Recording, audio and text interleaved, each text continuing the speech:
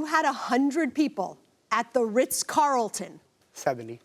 70 people. Let's go back. You had more than 5 people at a Ritz Carlton wedding and were only charged $10,000? Do you two realize how ridiculous that is? Do you guys know the average cost of a wedding right now in the United States? I mean, it's out of control. It is out of control. But it's close to $30,000. And I guarantee you, the average wedding is not happening at the Ritz Carlton. No. I mean, this was the steal of the century.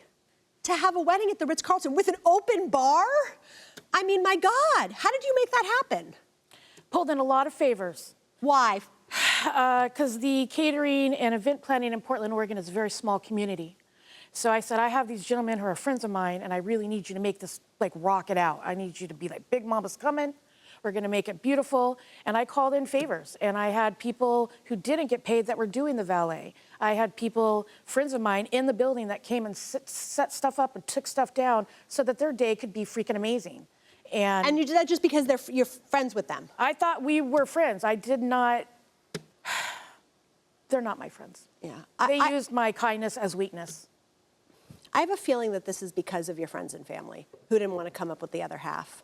That's initially that presented a problem because it without trying to argue amongst ourselves, when they decided that they said we're not gonna pay our portion of what we promised, it made it harder for us to come.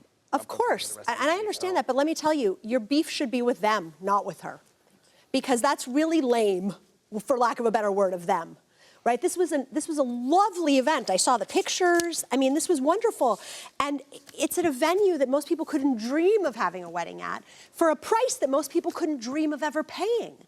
To turn it around on her and suggest that this is because she did something wrong, I mean, to me, the cake looks a little lopsided, but it's a lovely cake. Yep. So I'm going to open this up to my colleagues if they have more questions. What did happen to the cake? I stumbled a little and it cracked, and the cake was gone. It was all eaten. Everything was eaten. No, but did it hit the ground? No, it didn't hit the ground at all. I just stumbled. It was on a tray, and it just cracked. You've described a situation where he had said some very mean things to you.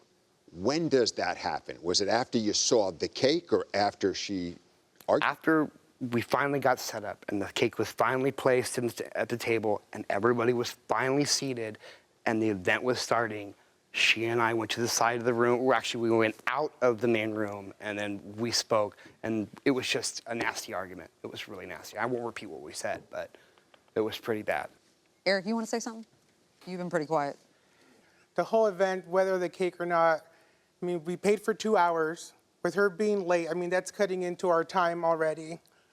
The cake, yeah, it was cracked.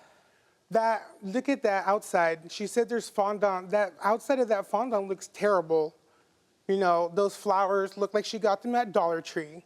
I mean, really, Oh my still, God. it wasn't even worth $550 if we would have even paid for it. We think that the cake tiers just fell off of each other and were put back on because, I mean, there was a lot of damage done to it. I mean, there was some little pebbles and things on it, so that's why I personally didn't eat the cake. So why serve it?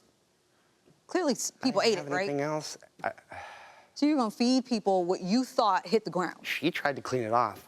No, I know, but you allowed your guests to eat it. I've heard enough. All right, the parties are excused while we Thank deliberate you. in this matter. Thank you. So we've deliberated and we've reached a unanimous verdict. You two, Mr. Paris and Mr. Christensen, contracted with Miss O'Connor to plan your wedding, make a cake. She is a jack of all trades, even an ordained minister.